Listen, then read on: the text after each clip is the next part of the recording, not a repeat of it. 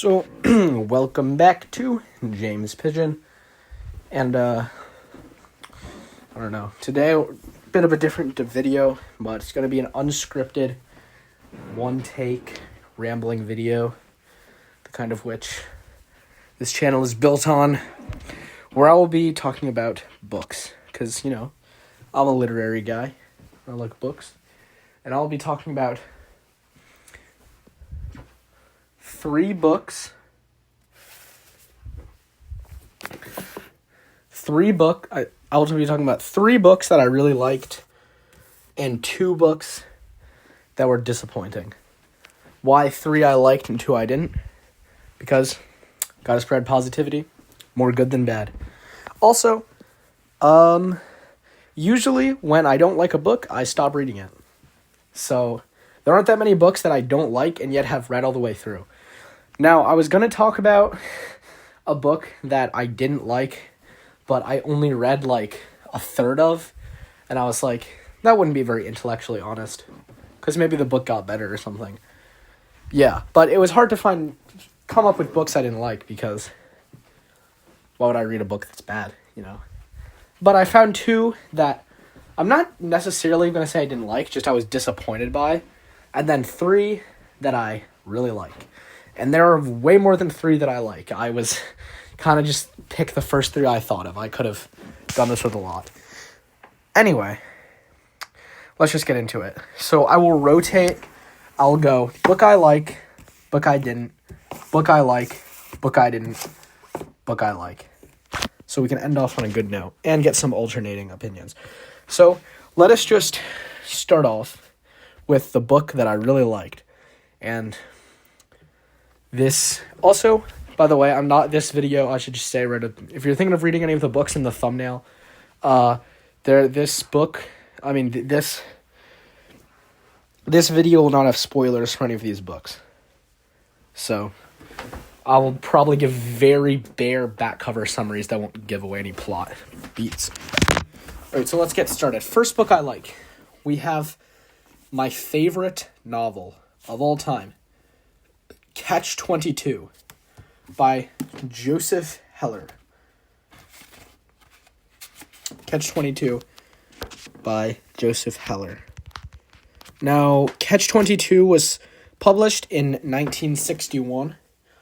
This copy I have was published by Laurel Books, and it was printed in 1990. So, oh yeah, I should also give some more, I'll give page count. I'll give, publisher and year of my copy, publishing of the book, author, and page count. This edition has 455 pages. Now, basically, a very quick summary. Then, okay, so here will be the format. This is unscripted, this is on the fly. The format will be, I will tell you the author, I'll tell you the title, the author, publisher and printing year of my edition, the page count of my edition. I'll summarize it, and then I'll explain why I like it. Because you already know if I like it or don't like it, but I'll explain why I like it. So a basic summary of this, is that it takes place in late World War II, like 1945, on an air base in the Mediterranean, on a small island called Pianosa, near Italy, which is real. And it basically follows these airmen, these army airmen who do bombing missions over Italy in the late World War II, which sounds simple enough, but it is no traditional war novel. It is a postmodern, non-linear, satirical, tragic. There's so much in this book. If I tell you about, I guess I'll talk a bit about my history with the books too. So I don't remember, I think it was one Saturday, I was very bored, and I started reading this book, and I was like, this is crap, this is dumb, this is bad, so I put it back, and then I guess a few weeks later, or maybe months, I don't know, I picked it up again, and I was like, okay, I'll give it another chance, and then I couldn't stop reading it, and then we had a car ride where I was in the car for like 5 hours, and I read the entire thing. So Very good page turning book. Basically, it's like a satire of American society, but brought into the microcosm of this World War II military base, based somewhat off the author's own experiences. And it I should talk about adaptations too. That's a good idea. And I'll get to that in a second. And it's basically this. So I don't know if Catch-22 was a term before the book came out, or if the book made Catch-22 like a saying. But a Catch-22, as you know, is something that like you can't win. It's like two bad options. And Catch-22 in this book is that it is a military. In this book, it is a military thing where the military has official catches, I guess, that they have, and the military has a catch number 22. It basically paraphrased, if you are insane, you do not have to enter combat. But if you ask to be removed from combat due to insanity, you are clearly not insane, because it is a very rational thing to do to have self-preservation. So you can't win. If you're insane, you don't have to fight. But if you ask not to fight, then you're clearly sane, because you have some sort of rationality. And it's very funny, because the main character, John Yossarian, is basically, the book is basically about him, because he basically, it's like he is a perfectly rational animal, and he does not want to go into combat, obviously. And then it's basically examining, like, how fundamentally irrational human society is, that if you have a truly rational person, they will be considered insane. Which I think is the perfect sentence summary of the book. A truly rational person in a rational human society will be considered a lunatic. And it's just a very good book that satirizes capitalism, bureaucracy, religion, so much. Alright, so, and adaptations. There's a pretty famous movie I have not seen, and then I watched the Hulu miniseries a while ago, and I thought it was pretty good. But they changed the ending, and I didn't like that. Alright, next up, a book that I was disappointed by. I'm not going to say I didn't like it, I was just disappointed by it. And that is Heart of Darkness by Joseph Conrad. This was published in 1899. My edition was published by Norton and printed in 1988. So this is a Norton Critical Edition, which means that outside of the 75-page novella, there are... Oh yeah, I forgot page length. This edition... Here's where edition matters. Now, this edition is 420 pages long. Heart of Darkness is 76 pages long. Because this edition has 300 pages of essays, pieces giving historical context, analyses, criticisms. It's basically which I have not read. I have only read the core Heart of Darkness. I haven't read any of these essays or anything that's also in this edition. Now, the basic plot summary is that this guy, named Marlowe, is hired by a company to go in a Belgian Congo and go make contact with this ivory trader. And I shouldn't give anything else away. But why was I disappointed with it? Well, I thought the story idea was very good, and it was inspired by the author's own experience, like so many of these books are. But it's the writing style. Now, Joseph Conrad, English was not his first language. He grew up in Poland, and he grew up being fluent in Polish and French, so English was his third language. Now, you might think I'm going to say, you can tell. No, you cannot tell. He way overcompensated. There are so many just obscure words. It's he literally just ate a dictionary before writing this and vomited onto the page. I used to think I had a very good vocabulary before I read this. Now I do not think that. It's too much. I think it detracts from the brutality of the story, because this is a story about the Belgian Congo. It's a very brutal environment.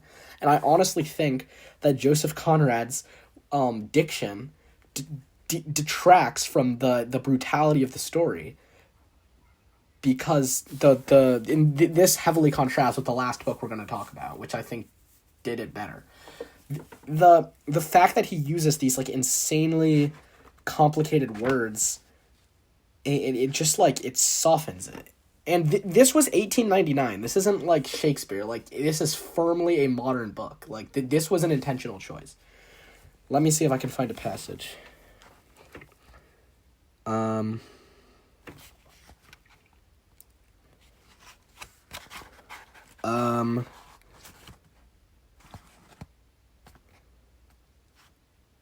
Let's actually not do that. Whatever. Anyway, I just think it detracts. It's too, I don't know, is a verbose the right word? I don't think that means that. It's just like I don't like the diction. It's too fancy. It's too, I don't know. It just detracts from the brutality of the story. What? Oh, and I also kind of have that problem with Frankenstein, but it's less so with Frankenstein. Not to mention, Frankenstein is 200 years older than this, so there's more of an excuse. Oh yeah, adaptations. I watched the movie that is an adaptation of this, which is Apocalypse Now, very famous movie, probably more famous than Heart of Darkness at this point, and I thought it's pretty good, and I like that he changed the setting to Vietnam to make it more contemporary. I mean, that was a current war at the time, so yeah. Alright, now, a book that I really liked. This is my actually second favorite novel. And this is House of Leaves by Mark Z. Danielewski, published in 2000. And this copy was published by Pantheon Books, and it was printed in... I actually do not know when this was printed. It doesn't say in the inside cover. I don't think it was 2000, because this is second edition. I don't know. It looks like really new. So, I mean, I received this as a gift this Christmas. I got it on it was a bit delayed for unimportant reasons, but I got it January 2nd, and then I finished it on January 13th. So if that tells you anything about how fast, or 15, I don't know. 13. Anyway, I read it in under 2 weeks, basically. In this, I forgot page count. This edition is 738 pages. I am not a fast reader, alright? It is very abnormal for me to read a 738 page book in under 2 weeks. That is how gripping House of Leaves is. Now, to give a brief plot summary, if such a thing is possible, it's basically a man named Johnny Truant goes to a dead guy's named Zampano's house and finds this giant manuscript where he wrote a multi-100-page detailed film critique of a documentary that doesn't exist. And also he's blind, so he's a blind film critic. And it's very creepy and supernatural, and then goofy stuff happens. And you should just read it for yourself. It's very good. And why do I like it so much? I like it because it's so unique and creative. I love nonlinear storytelling, and this is one of the most nonlinear books without being impossible to read. It is readable.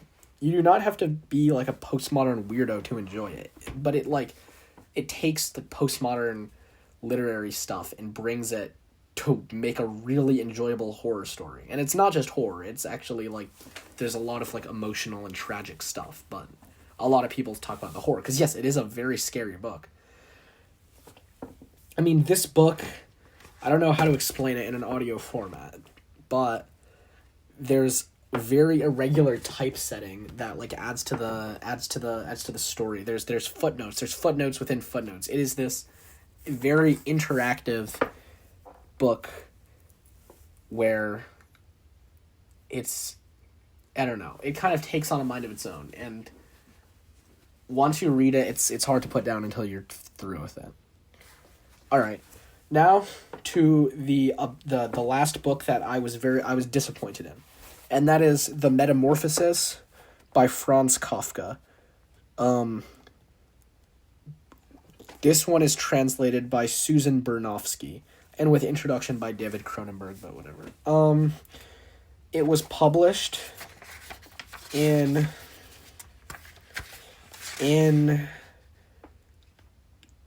when was this published? It doesn't say on the front page, on the back cover.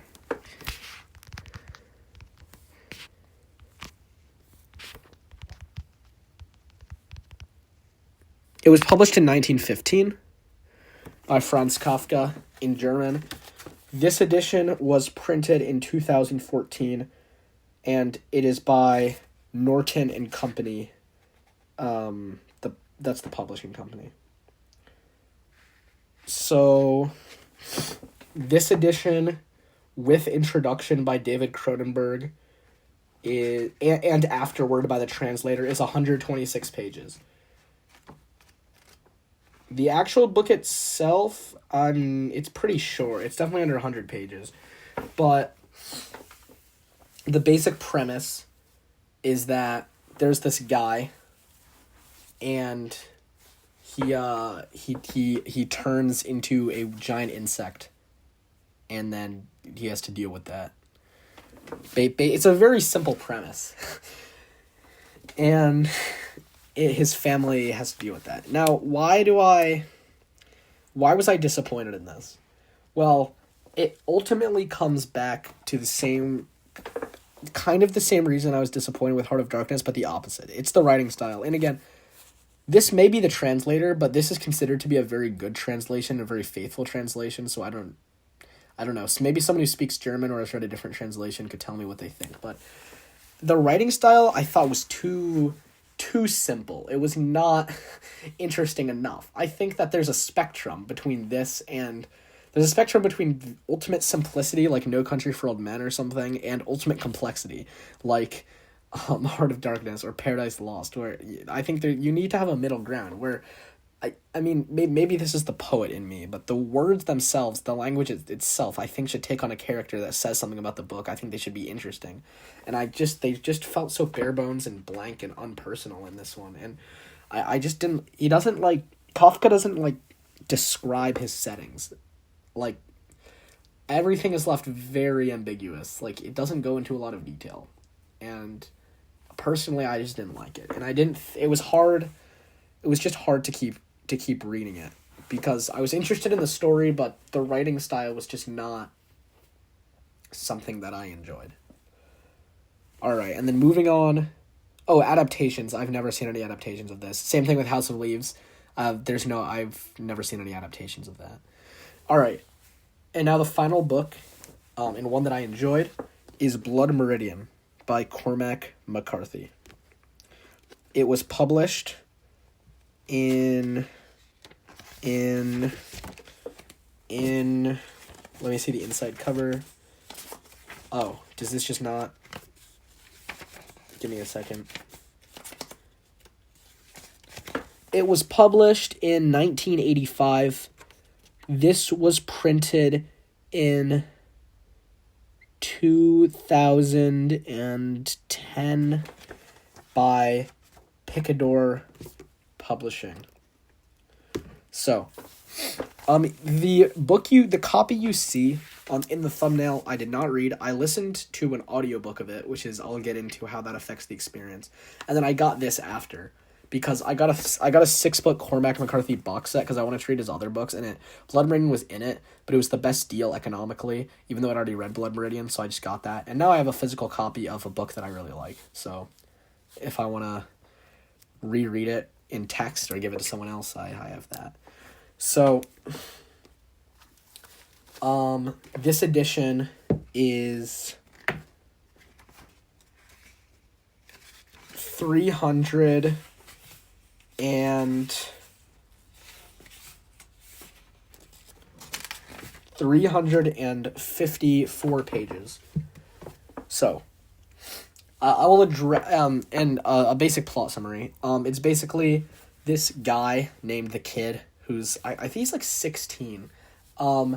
It's set in the 1840s, and this kid goes to Mexico to, he basically goes to Mexico to do exploits, and he joins a scalp hunting gang that is a basically contract genocide for the Mexican government to kill Native Americans and get their scalps. And he joins the gang, and stuff ensues. Now,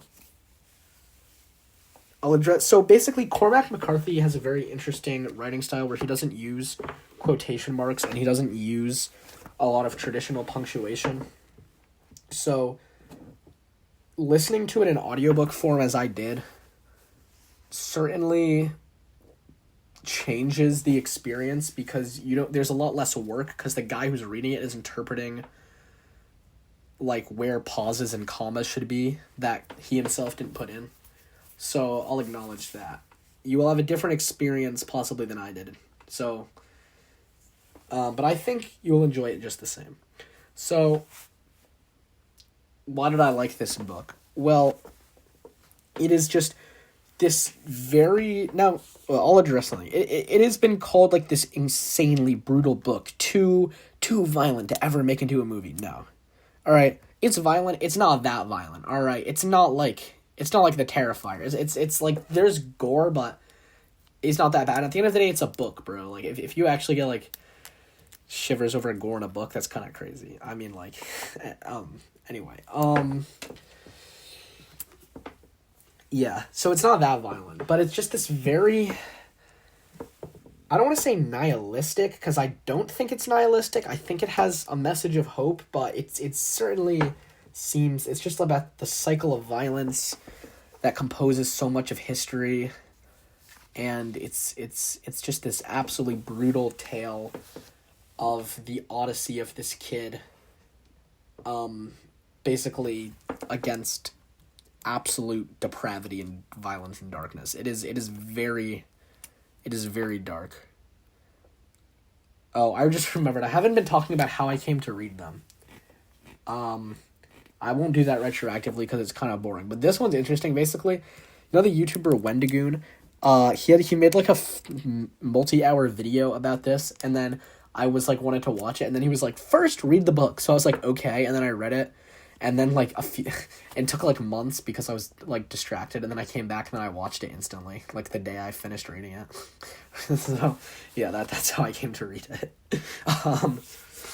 But no, it is a very, very good book about depravity and what it means to fight against the darkness, what it means to have hope in a world so devoid of it.